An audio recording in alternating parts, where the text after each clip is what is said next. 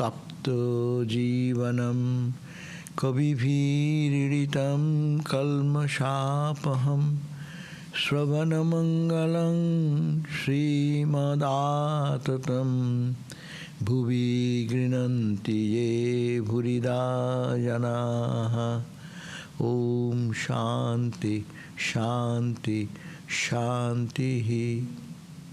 O Lord, your gospel is like nectar and bliss, showered upon the pain-stricken lives of suffering humanity. It dispels all the sins and misdeeds of life. It brings welfare in life, the spiritual beauty, prosperity and grace spreads through and through one who listens to your holy message. They are the real givers who preach and pronounce the nectar of your message to the suffering humanity. Om, peace, peace, peace be unto us all. So we are in the reading of the Gospel here of Sri Ramakrishna. We are reading the entry dated July 14 in the year of 1885. So here the devotees were talking, Ramakrishna was talking about that everything is Brahman. See, Ramakrishna in Bhakti also does not say other things, but in such a way people don't think it is so serious as dry Vedanta. Sri Ramakrishna says that the brick, lime, brick dust of which the stairs are made are the same brick, lime and bricks of which the roof is also made. Transcendental roof, reality, made of the same Satchidananda. Steps leading to the roof, that is also made of the same brick, lime, mortar, etc. Same Satchidananda. It's not saying anything different. But that is an experience of a realized soul. We don't see that way.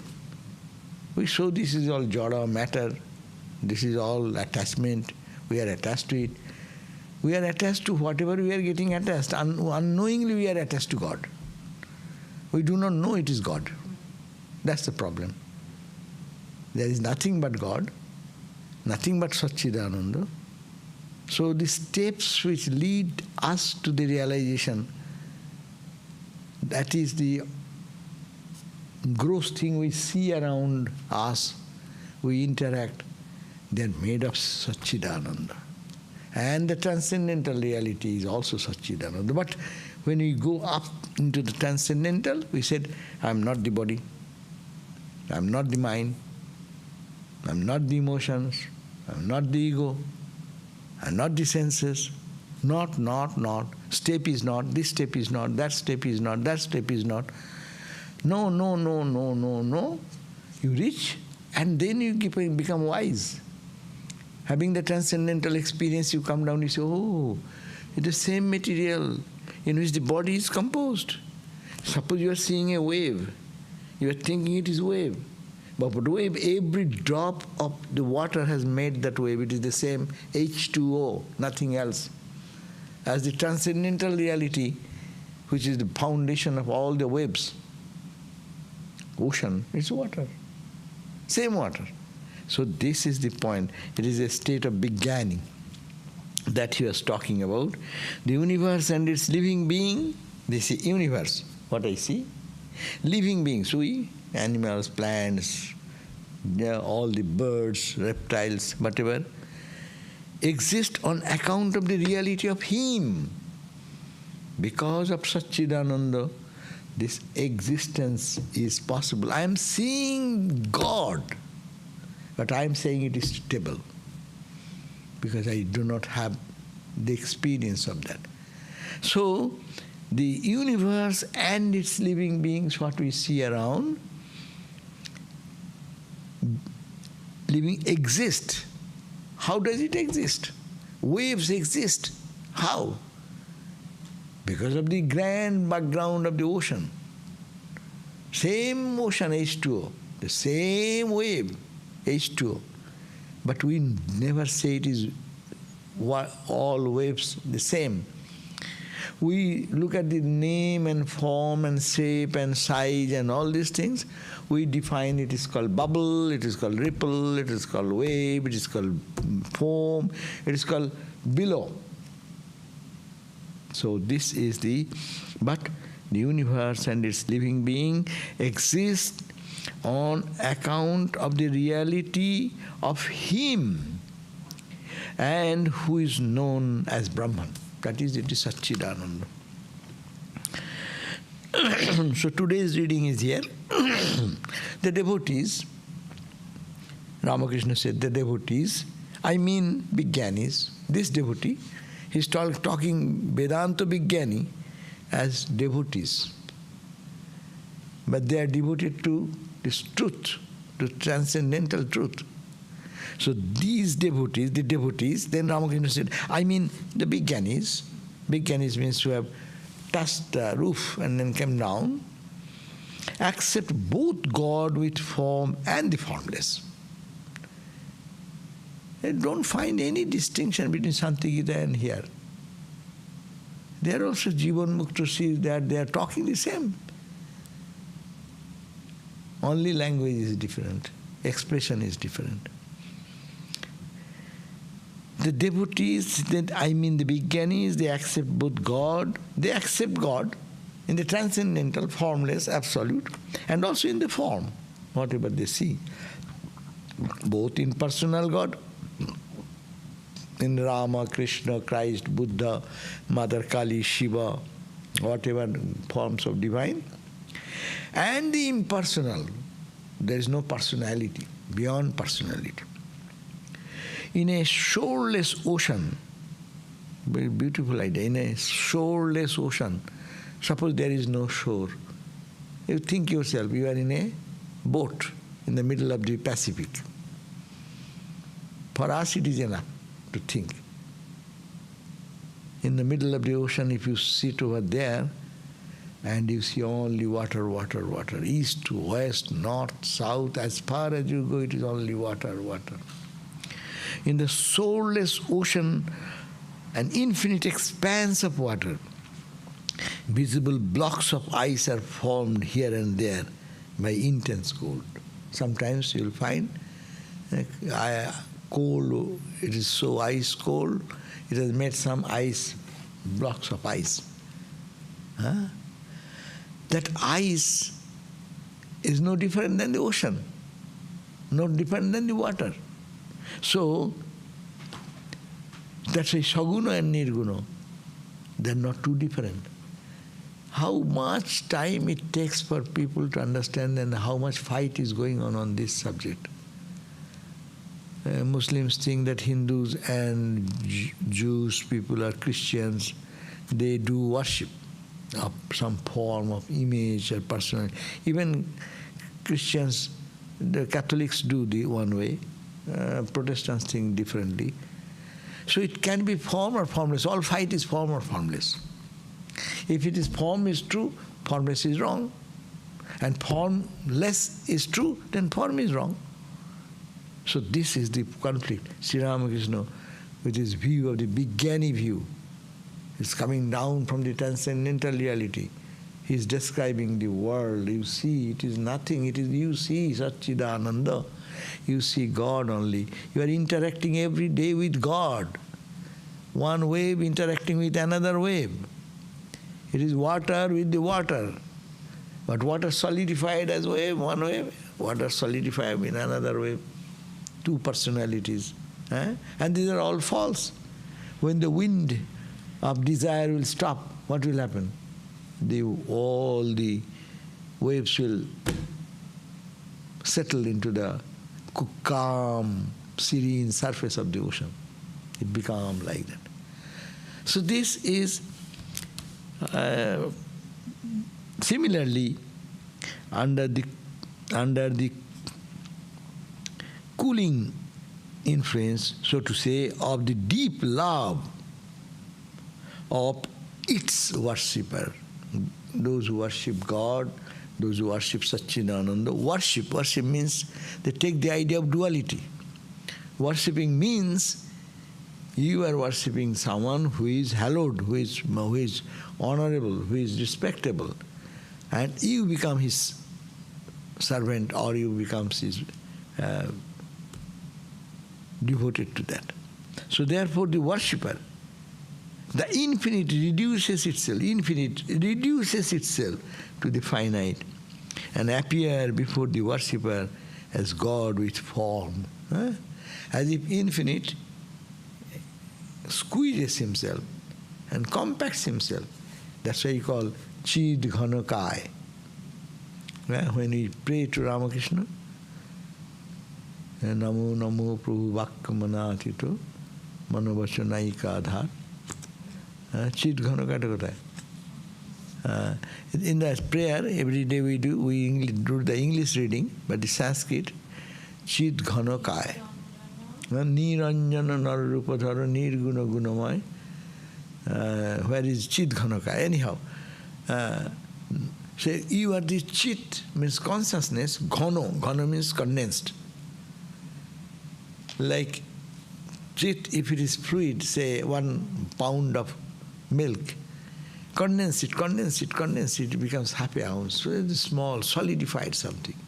So Ramakrishna, Krishna, Buddha, Christ, they are solidified consciousness, solidified love. All spread love, solidified love. That's why they are called avatar.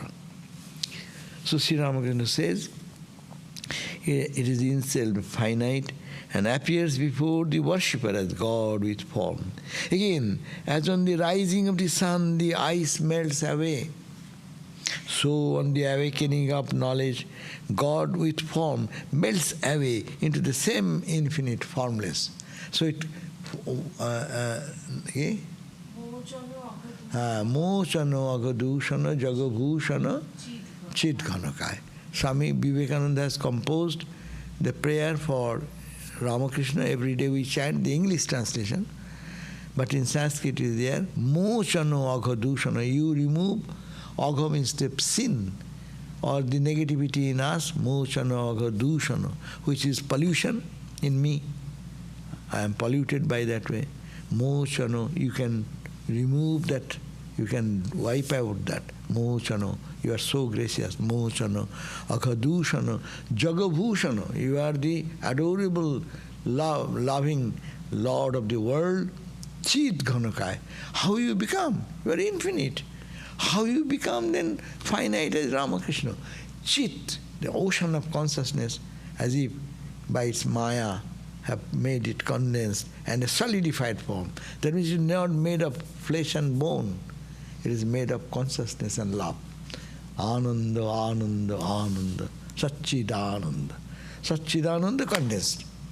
And he said, again with the rising of the sun, when one analyzes from the Vedantic perspective, that the same form melts into infinity. So finite and infinite are not different. It is on the attitude of the devotee.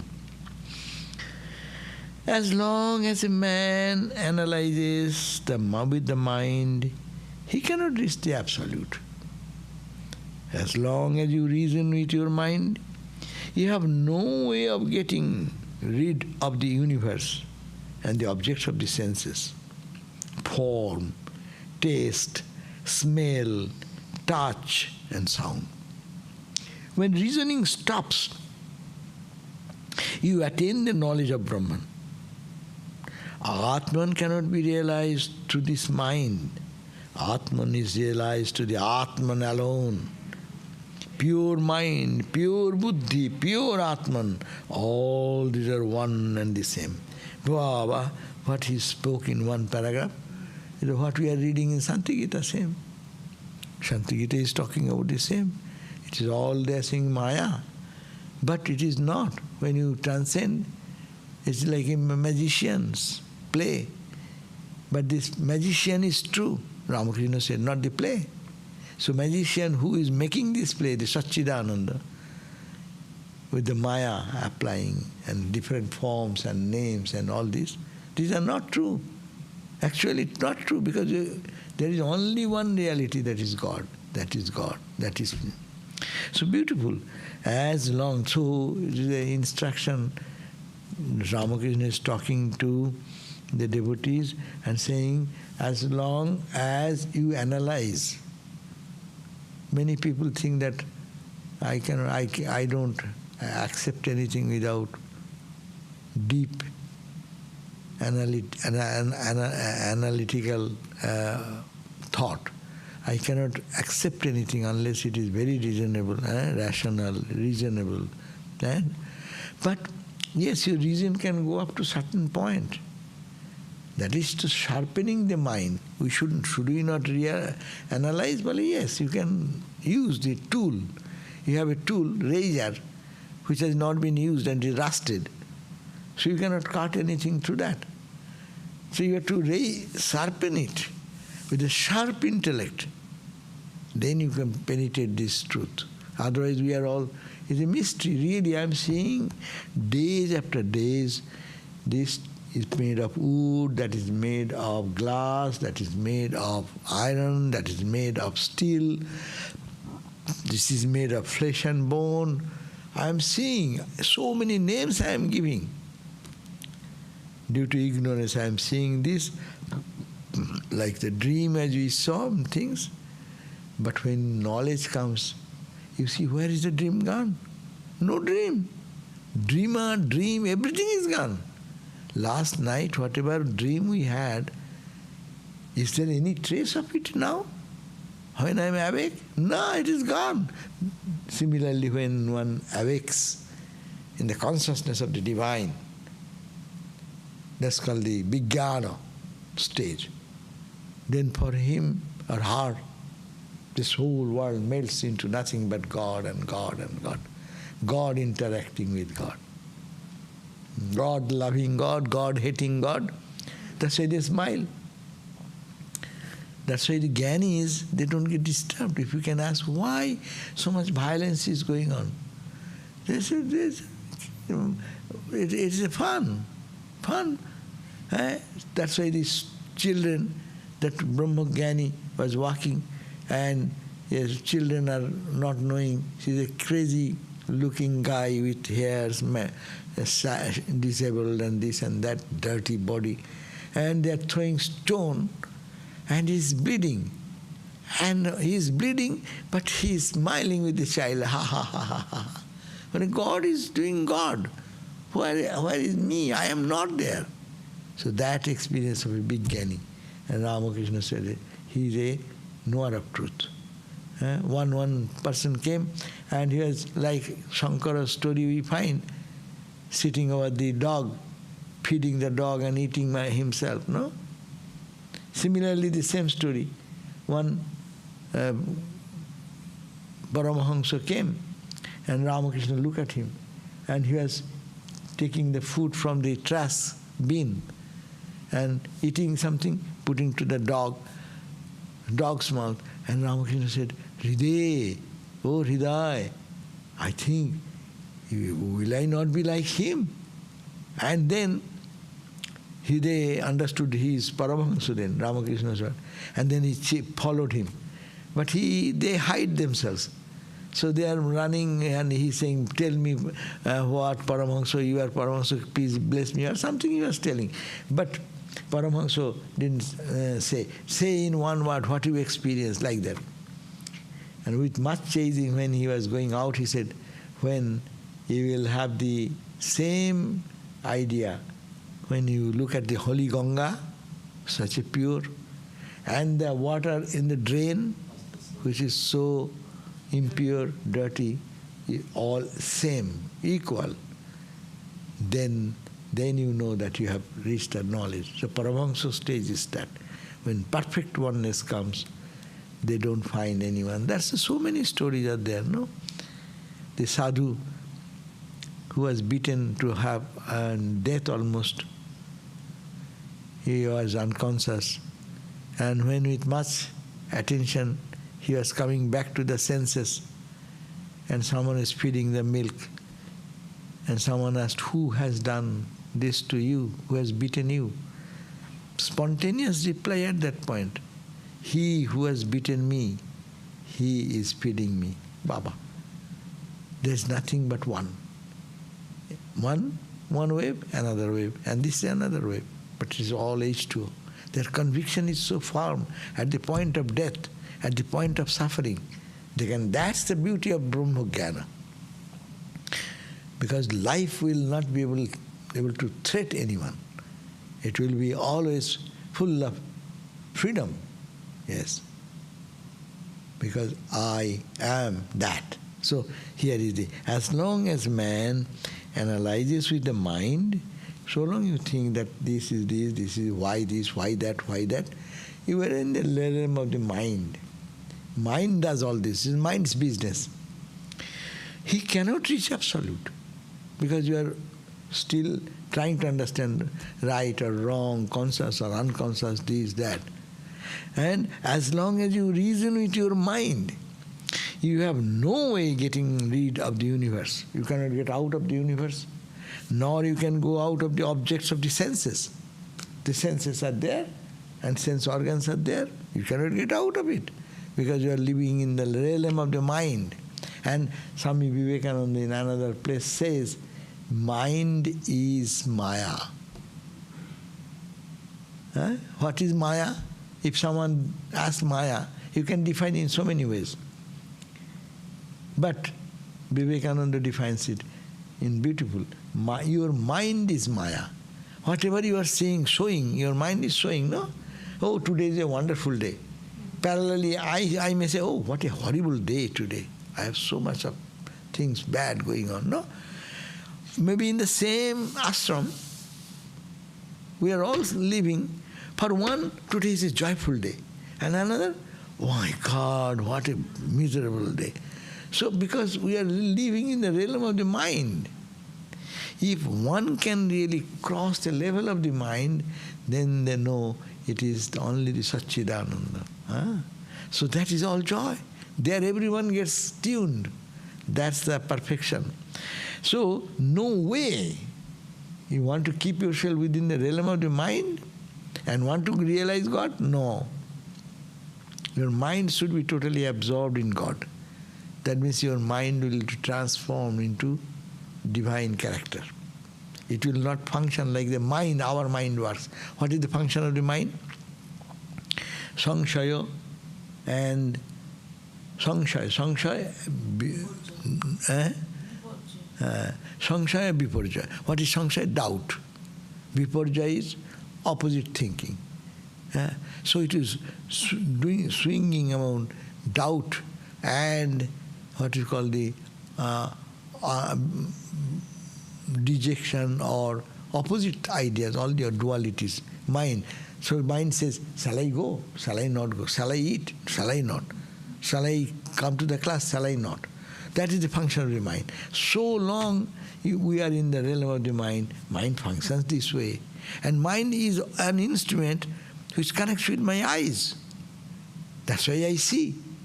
If the mind is disconnected from here, I will look at you, but I won't see you. If my ear is open, but it is not connected with the mind, then you may say something, I will not hear. So the mind, so long the mind, there is a senses. So long the mind is there, so long senses are there. So long the senses are there, sense objects are there. So the link is here, connected. You are bound into the world. But one part of mind which is buddhi, if mind is samshatmika, buddhi is nishchatmika. Yeah. So it is making you certain things. Yeah. Not always like that. That we are talking about the mind now. But one part of mind is buddhi only. That's okay, we'll talk about that later, but here is the question is mind is the focus. So long we are in the realm of the mind, that means this, even you say this is this.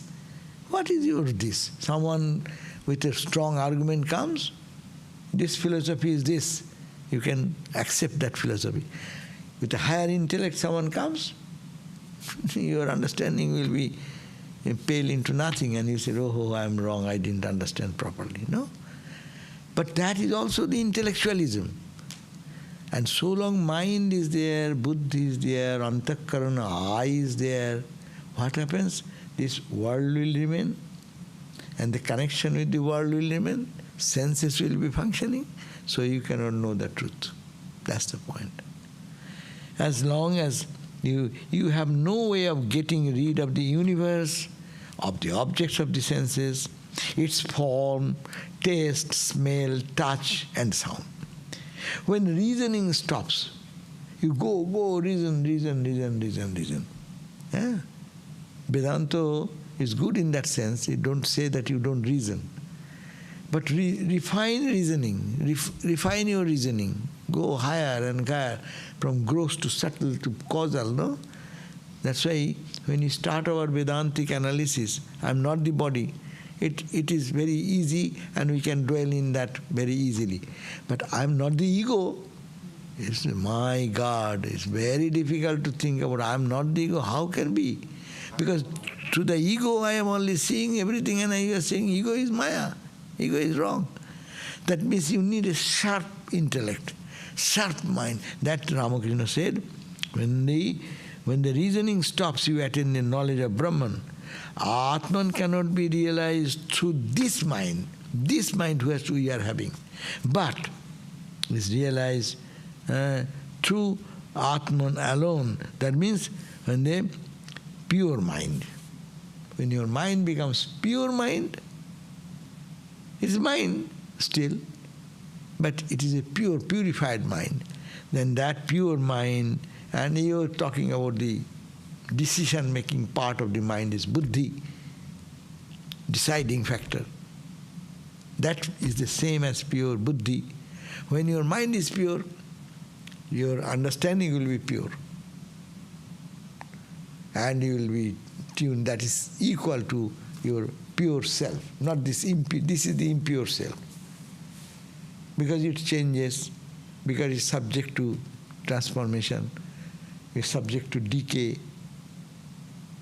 Dependent is not self-conscious, it depends on some other consciousness behind. So this is not body, is not. So go beyond the body, therefore mind, and the pure mind state. Ramakrishna said, when you have attained that state of purity of your mind, then you have attained to purity of your intellect. That means you have reached pure Atman. And pure Atman is pure Brahman is the same. Just to think how many things you need to perceive an object. Oh, Ramakrishna does not analyze. Look at that. What we talk, we say the rays of light are coming. He does not say rays of light are coming.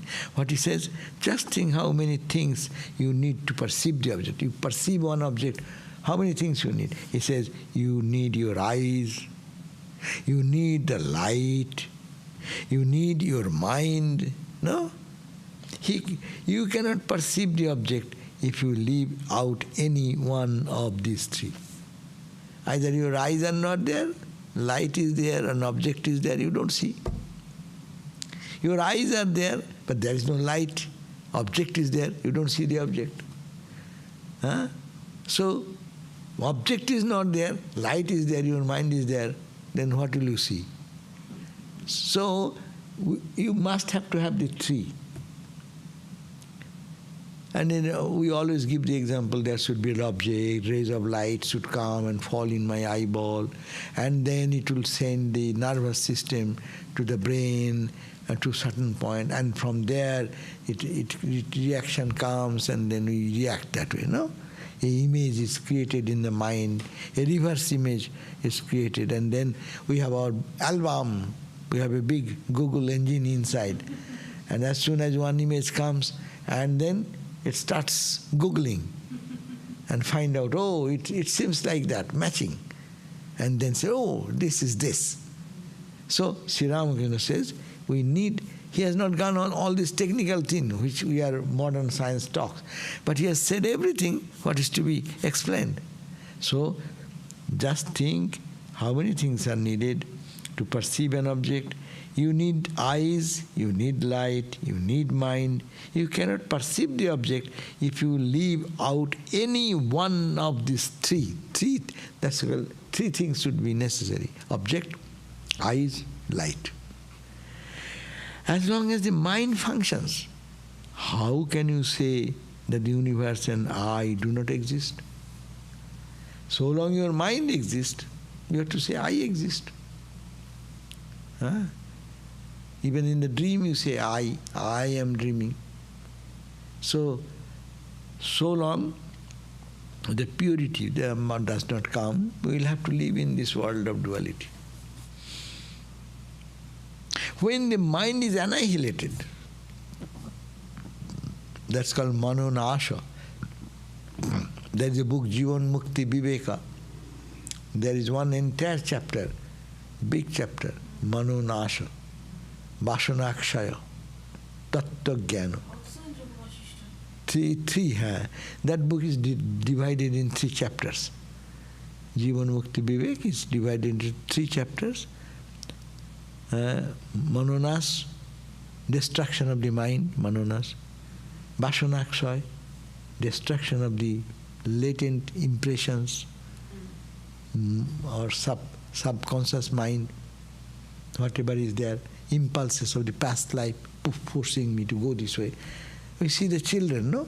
Even the babies, how many different tendencies. One from the birth to, she's searching for engine and screwdriver and this and that, no? Someone is with the writing the paper and note and then seeing some pictures and painting like that. A tendency, where did it come? All are born in the same, that the mind has not developed, but the impetus is forcing them.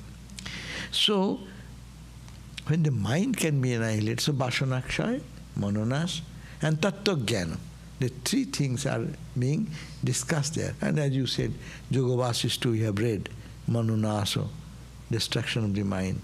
Vasanakshaya we have read that chapter, there is a chapter. And tattva jnana, of course, there. So, when the mind is annihilated, when it stops deliberating pro and con. Mind means what? Is it right or is it right? Shall I do? Shall I not do? Is it good for me or it is bad for me? So when it is not playing into these 2, deliberating pro and con, then one gets into samadhi. When the mind is totally annihilated and mind does not do the normal function of selecting this or that or creating doubt, then that mind then goes to samadhi. And what happens? One attains the knowledge of Brahman. You know that the 7 notes of the scale in the Indian music, there are 7 notes.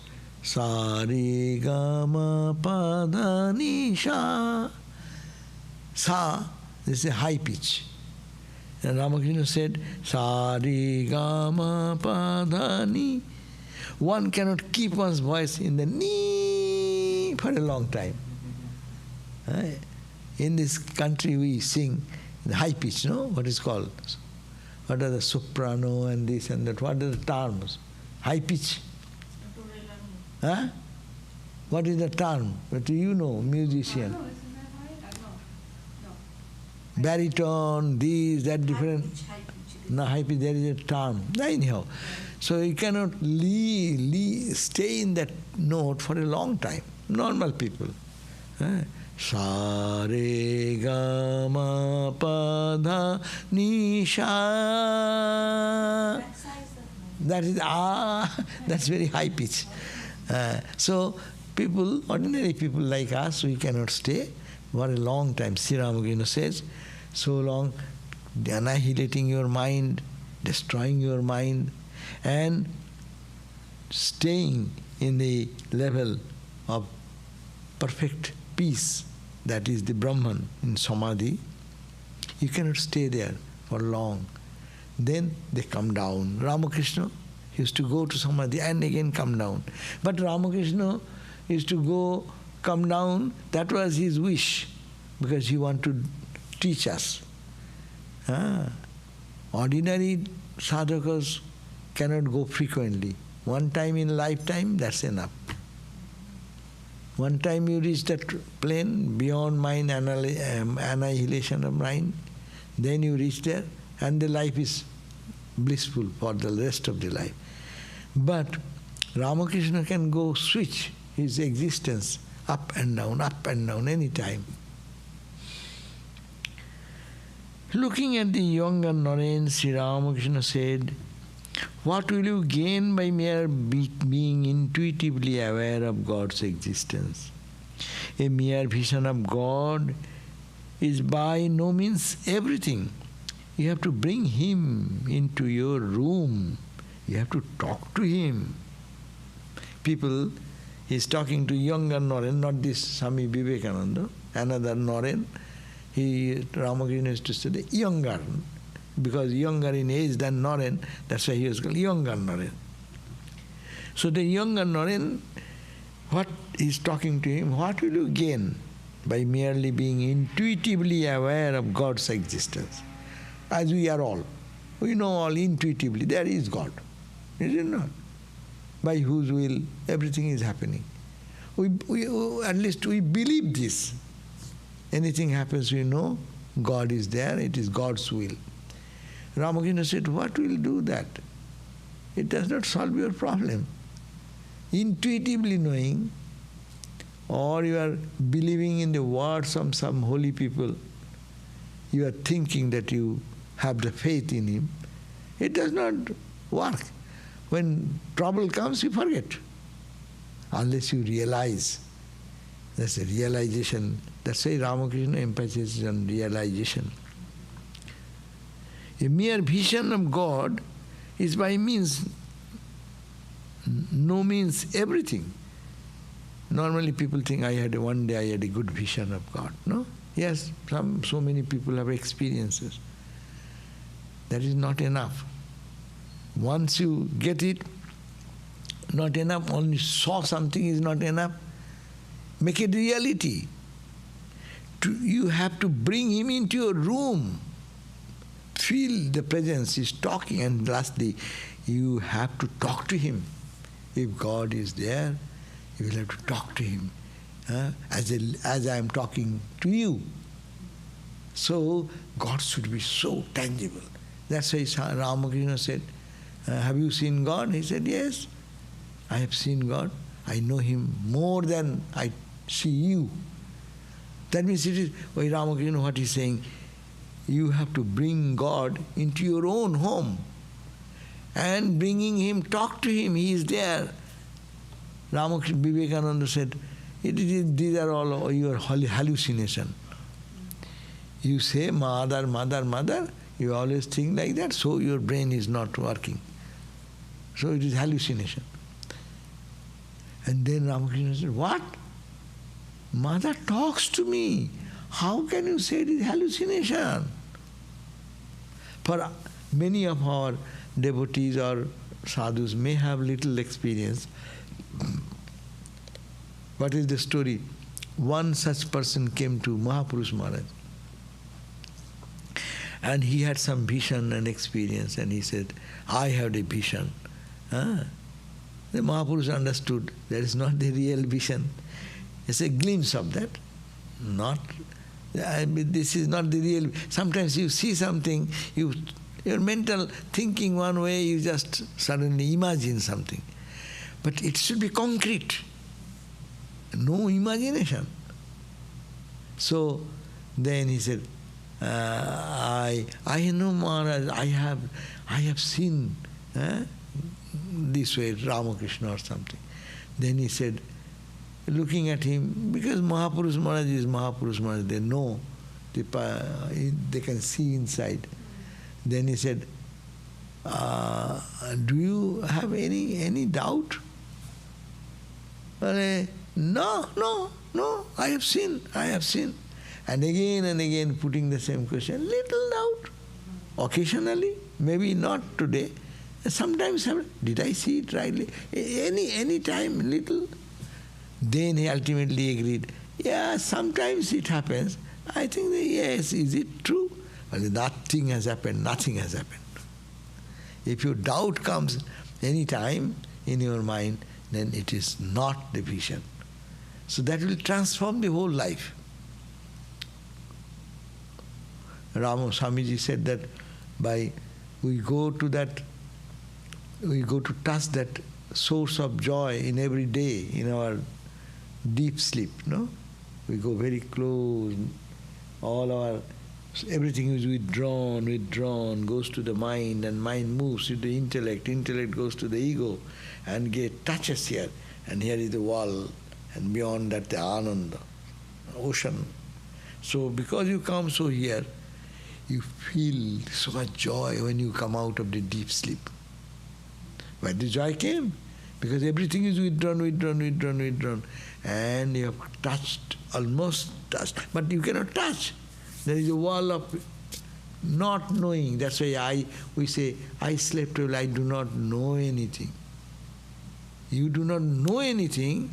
That was a deep wall of knowledge. But you can feel the warmth, little.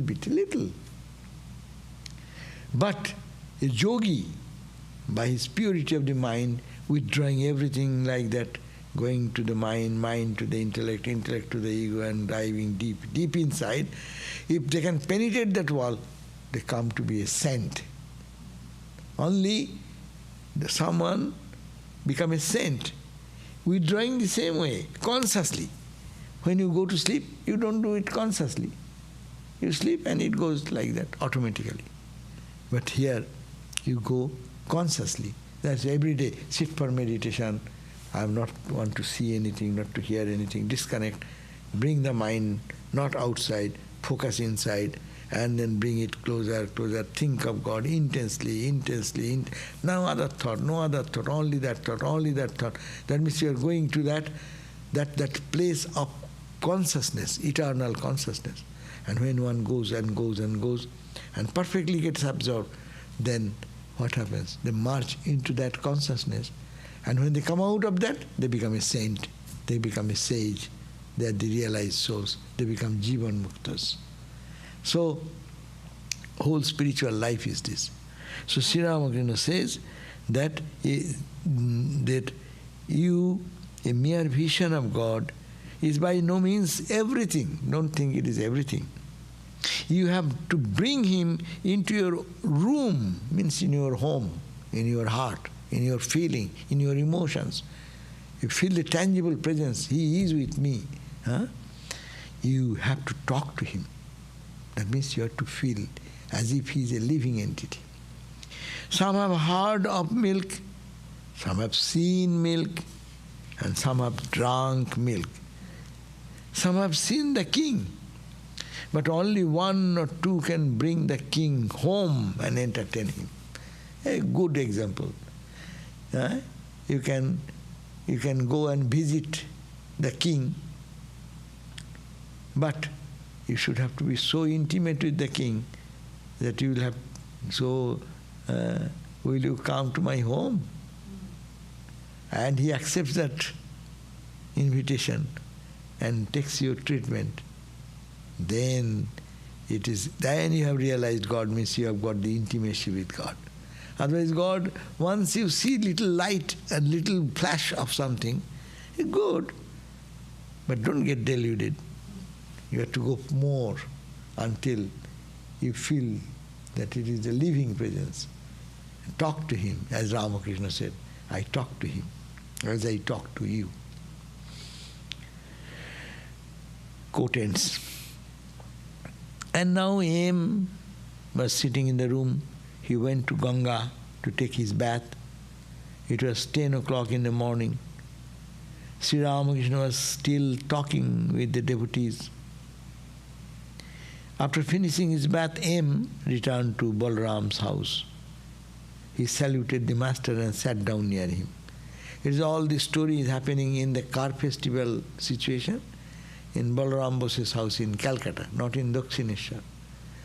Calcutta, where Ramakrishna used to come to meet the devotees, because Calcutta people can assemble. It is North Calcutta, north part of Calcutta, close to Dakshineshwar. And Balaram Bosu The door is a jamindar, landlord. It's a big palatial house, big hall. So devotees can enjoy Ramakrishna's presence. Now Sri Ramakrishna was filled with intense spiritual fervor. Words of wisdom flowed from him. Now and then he narrated his profound mystical experiences to the devotees. What Ramakrishna said again? Master, I went to Benaras with Mathur Babu, the landlord, who is the son-in-law of the founder, Rani Rasmani. Founder is Rani Rasmani, the son-in-law of, that's a very powerful man who actually was Ramakrishna's supporter for everything. Our boat was passing. Our boat was passing the Manikarnika Ghat on the Ganges, when suddenly I had a vision of the Shiva. I stood near the edge of the boat and went into Samadhi. The boatman, fearing that I might fall into the water, cried to Hridaya, catch hold of him, catch hold of him. I saw Shiva standing on the ghat, embodying in himself all the seriousness of the world. At first I saw him standing at a distance, then I saw him approaching me, and at last he merged in me. This is called vision. A clear example. What he said, mere vision will not do. You have to bring him to your home and talk to him. See how it is happening. He's talking about, Ramakrishna is reminiscing about his early days when he went to Benaras to see the holy Shiva temple in Benaras and stayed there. And even now people go, they rent a boat. And on the boat they can see different temples, a beautiful city of temple. And then suddenly, he says, when he was on the Manikarnika Ghat, there is a special name of that landing steps which goes to the Ganga, that's called Ghat. Ghat is the steps which leads from the road. You have to come down, and take a bath. They are all concrete slabs are given so that people can easily take bath and deep them. So that ghat, boat, people catch boat there, and the boatman then take them all the places to so. Sri Ramakrishna was in the boat, and when suddenly he said, I had a vision of Lord Shiva. And what he saw? I stood near the edge of the boat. I was standing, and then I went into Samadhi. Seeing Shiva, your mind is gone from the outward world. So he saw Shiva and she was in. So the boatman saw that, then guarded Hridaya to take care of my body, because he was going to fall into the Ganga water. And then what happened? I saw, this is the important part, I saw Shiva standing on the ghat. Shiva is standing on the steps. And embodying in himself, in his body, all the seriousness of the world, as if all the grief, the pain, he's carrying the pain to help. He's holding the total pain of the whole world, carrying the sufferings of the world. That means to redeem them, he has taken their suffering in him. At first I saw him standing at a distance. And then I saw him approach me, and then at last he merged in me. That is the no two. Shiva and Ramakrishna become one then. Total absorption of Samadhi.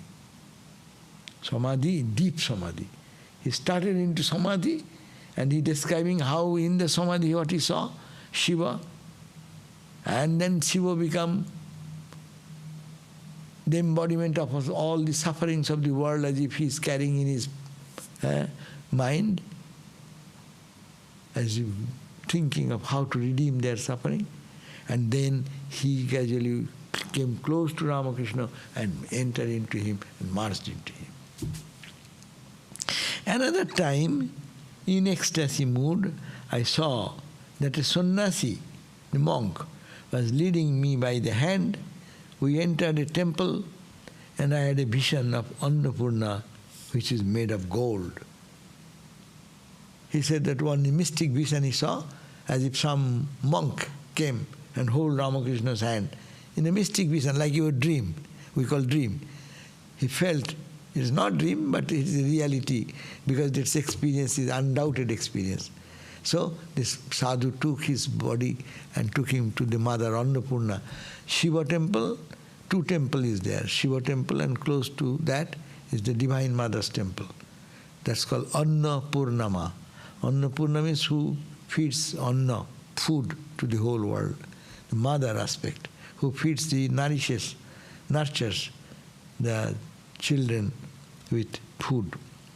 And then he saw the mother is no more ordinary, but is made of gold. Means it is sonar Annapurna. It is called sona. Sona means golden Annapurna. God alone has become all this, but he manifests himself more in certain things than in others. God is everywhere. Then you say, why there are good and bad people? God manifests some place more and some place less. Perhaps you do not believe in the salagram. Salagram means this small stone which people worship as Narayana, symbol of Narayana. So Ramakrishna said, perhaps you means you young people with English education, you do not believe it. So you may not believe in the salagram. Englishmen do not believe in it. You are all Englishmen means you are also trained under English British rule. All Hindus are worshipping idols and dolls. So salagram is a stone. It does not matter whether you believe it or not. A salagram should contain the mark of a disc and other signs. Only then can it be worshipped as an emblem of God. So, whether you believe it or not, people worship it and see the presence of Narayana. Yes, sir, it is like the fuller manifestation of God in a man with good physical trait. The master said, at first Narendra used to say that these were figments of my imagination, but now he accepts everything. Ramakrishna was describing the vision of God when he went into Samadhi. The devotees looked at him with fixed gaze. After a long time, he regained consciousness of the world and talked to the devotees again. Master is asking to him, what do you think I saw? I saw the whole, what do you think I saw? I saw the whole universe as a salagram, and in it I saw your two eyes. These are mystic things. He saw, salagram means the stone we talked about. You may think it is Englishman, that means we people can think it is a stone. But Ramakrishna said, I saw. What I saw? As if the whole universe is this salagram. And he saw M's two eyes in that salagram. That means he's saying that in God the world exists. In silent wonder, M and the devotees listened to these words about his inner experience. At this moment, another devotee, young disciple, Sarada, came and entered in the room of Sri Ramakrishna and saluted him. Is it Tribunatita? Sarada, yes, Sarada. So Master is talking to Sarada. Why do you come to Dakshin? Don't you come to Dakshineshwar? Why don't you see me when I come to Calcutta? Sarada, nobody tells me about it. Master, next time I shall let you know. To him smiling, make a list of these youngsters. A.M. and the devotee's lap. Then Sarada said, my relatives at home want me to marry. Pointing to him, he many times, how many times he scolded me about marriage. He means, Master Mosai does not say, you be monk, why should you get married? In India, those early days, marriage was very common. Every parent will be thinking their girl will be married when they are 5 or 6, and a boy is, how much, 15, 16, their marriages. He is not married yet, he has become 16-year-old. Are Baba. Master, why should you marry just now?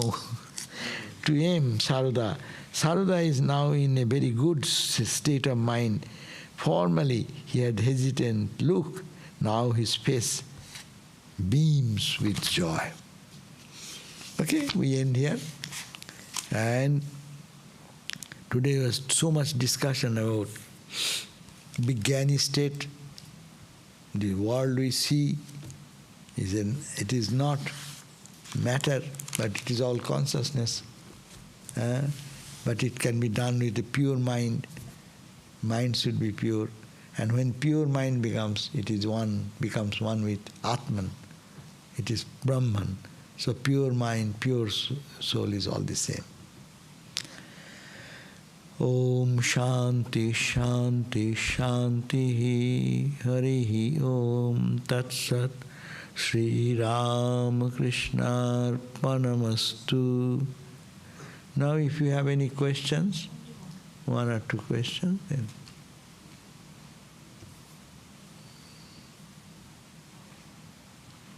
Pure mind means desireless mind. Yeah. Pure mind means it does not desire anything but God. Pure mind only thinks of God. Impure mind means mixed with senses, attachment, and likings and dislikings. So this is impure. When one reaches pure mind state, that is the sign that mind has become desireless. What to desire? When this desiring the world goes away, then comes desire for God. If I have desire for other things, why shall I go to God? Look at that. People, normal people, they don't think of God or anything when they are engaged in their life's duties, fun, joy, merrymaking. But suddenly a blow comes, then say, why? And then they turn towards holy people with some question, go to different people, ask, search for philosophy, search for meaning of life. No? So that is turning towards purity. So long mind is not pure, it will run for other things. I have attraction for so many things because that is natural. We love the world. We love anything sensate because that gives instant. Who does not like instant joy? That's the problem. Instant joy, but instant joy cannot satisfy us. That's the major problem. Instant joy is a joy followed by a deep hole, as it were, of restlessness, imperfect experience, and craving for more, but not getting.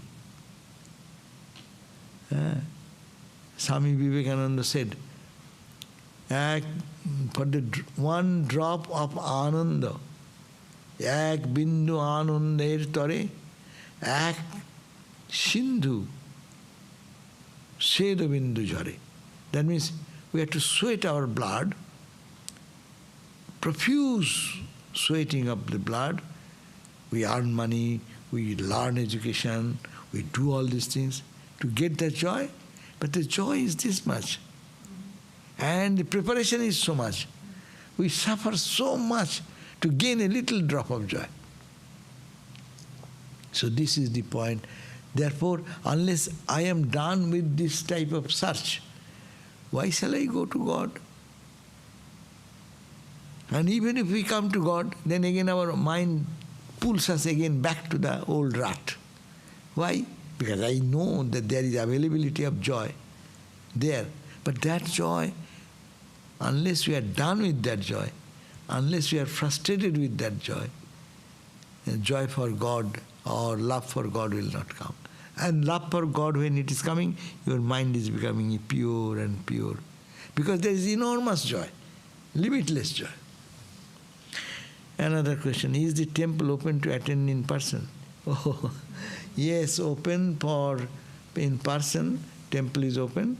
You come noon time when we do the worship, 12 to 1:15. Yeah, we come here 6 o'clock to 7 o'clock normal days. And when class is there, it is open for devotees. But the question, you can go to our website, it is all written there. But main thing, we prefer that everyone should be fully vaccinated, at least to come inside and attend to these programs, and use the mask. We use the mask, but sometimes we don't, because we leave all the time, we forget. But we expect that those who are coming for their benefit and for everyone's benefit, the mask is, we request you all. Question, if all is ultimately Brahma, how could God show up more or less in different personalities? Are we not all totally divine? Yes, we are all divine. This is a very common... Potentially. Right. We get this question every time. Really, we are all Brahman, but we are not Brahman because we do not know. That's why Swami Vivekananda's word, we are all potentially divine. Each soul is potentially divine. But we are not aware that we are divine. If I am aware that I am divine, why shall I run for nasty things, petty things, and do so many bad things in the world? Even, why shall I run for petty joy where I can find infinite joy in me? That's why it is potential, so we'll have to unfold that.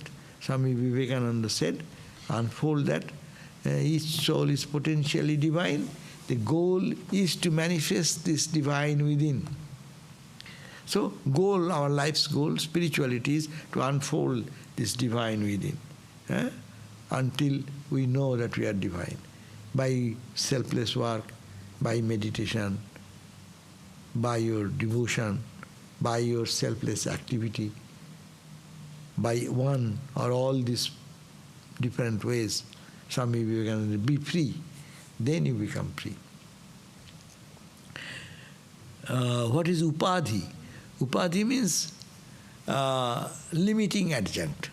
Suppose Upadhi means which limits you, which is not your nature, but temporarily it is superimposed upon us. Suppose someone says, I am a professor. It's a Upadhi. It's a stamp. But you are not a professor.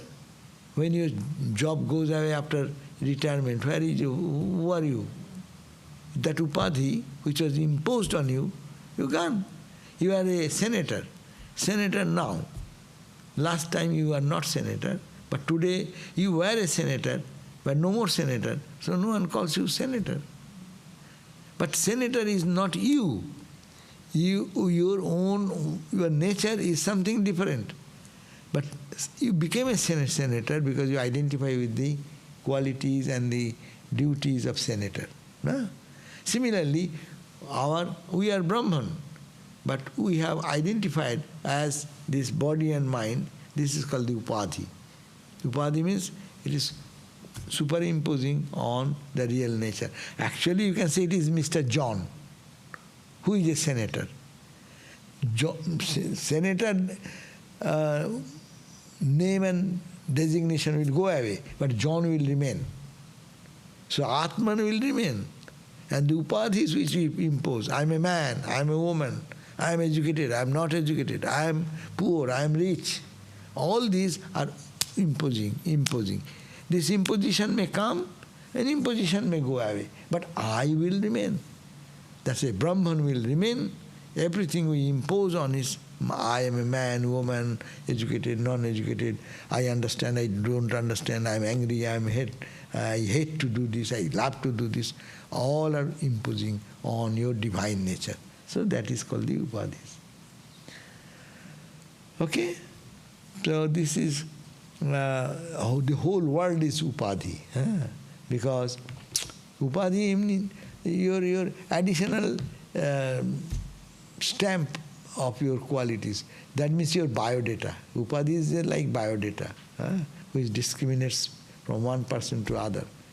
A proud upadhi, proud qualities, or may not be so proud. It may be very mean upadhis or good upadhis. But don't get attached to the upadhis. Get out of the upadhis. The upadhis come, upadhis go. But the reality does not come, upon which the upadhi comes. I give the example. A baby is born, baby has an ego. That ego grows. I also think I was a baby one time. No? But that I, which is inside, is not changing. I was a baby, I was a young man, I was this, and I was in India, I was in there, I did this, I did that. But I is the same constant inside. These are upadhis are coming at a particular age in our life. And we do something else, that upadhi goes, you get another upadhi. So upadhis come and go, but the reality does not go. This is the Vedanta says, I am Atman, and all are upadhis, all are limiting adjunct, because they limit me. But someone says, I am the secretary of this place. That means the secretary name is a position which is restricting you to these duties and responsibilities and work and this and that. Power also. And also power goes away. Suppose your secretary CV is gone, then who are you? Such one was a police officer. When he's police officer, it's an upadhi. The man is the real thing. He is a police officer. But police officer, when he does not do the police work in the job, he is an ordinary guy. But he is a person.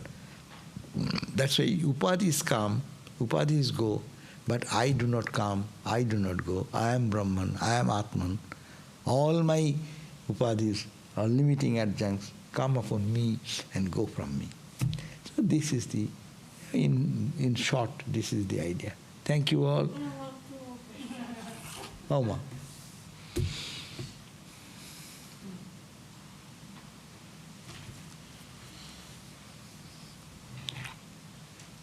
So how does Maya prevent me from knowing my true nature? And that is, Maya means, suppose when you become drowsy, when you go to sleep, how Maya prevents me from knowing. No, suppose you are a very intelligent person, you remember so many things. But suppose you are very drowsy, very tired, what happens? If someone puts a question, you get little unclear about it. You say, oh, what did you say? What did you say? That means you are listening, but you cannot grab the total meaning. Maya is like that. That makes us forget our real nature, and it puts some additional experience over it. So, Maya actually, that is the definition. Maya actually stops our knowledge. Ignorance, as we say, we go to school, why? We are to, in language, in Maya's language, we have to go beyond Maya of physics. The covering ideas, my ignorance are in physics to be removed. So I am under the spell of Maya. or ignorance. Ignorance or Maya is the same. Ignorance is for individual, Maya is for whole, or the whole universe. So it's always, its nature is two things, avarana, vikshepa. It covers our nature and it projects something else. Two functions of Maya or ignorance. One, it makes me forget who am I and makes me move in an action which I am not. Like the example, if we go to the movie hall, the first thing they do, they put the switch off. That means it's darkness. And in darkness I forgot that I am there to enjoy the film. And then suddenly I see that some projection is coming. And I get involved into the projection so much that I cry and weep with the projection. In the movie, someone is being killed, I cry because of that feeling. Wow, oh my God, why? No? Identification is coming with a movie which is not real. So this reality is forgotten. It's covered. And then it's new projection. That means in the world as we are living now, all are projections. And I feel identified with that. These are the two aspects. Samaskara and upadhis are same. These are two different things to be understood. Samaskara means the old impressions, old karma, what I did, what I thought. That gives a momentum in this life. I think one way. Why I think another way? Why someone thinks another way? Because of their past thinking and impulse of that thought. That's called samskara. And upadhi means it limits us in our understanding about the reality. It's a different thing altogether. So you can make a distinction between that two. But we can earn upadhi according to our samskara only. Our upadhis, you can say that our upadhis are also according to our samskaras. You can say in that sense samskara is upadhi. Yeah. Our body and mind can also be considered as upadhis. Of course, yeah. Our body and mind, a very good question, that our body and mind, this can be considered as upadhis because I am imposing on me. I am not the body, not the mind. But I am imposed upon me. I am the body, I am the mind. So naturally you can say it is upadhi. Upadhi means anything that limits the infinite Atman. That is called the upadhi. And not only that, it is make me forget about my divine nature. And it is giving me this which is not real. Because it is changing every time. It will die one day. And making me feel I am this. Oh, I am suffering for my heart pain. The heart is what? Heart is a machine of the body. And I am not this, I am the owner of this. But I have identified in such a upadhi, I feel the pain and don't feel I am consciousness. So these are the upadhis. The body and mind can also be really considered, they are really in upadhis. Okay, thank you. So we end here and tomorrow will be Bhagavad Gita class by Swami Mayananda at 7:30 p.m. Thank you all. Om Shanti Shanti Shanti Harihi Om Tat Sat Shri Ramakrishna Arpanamastu.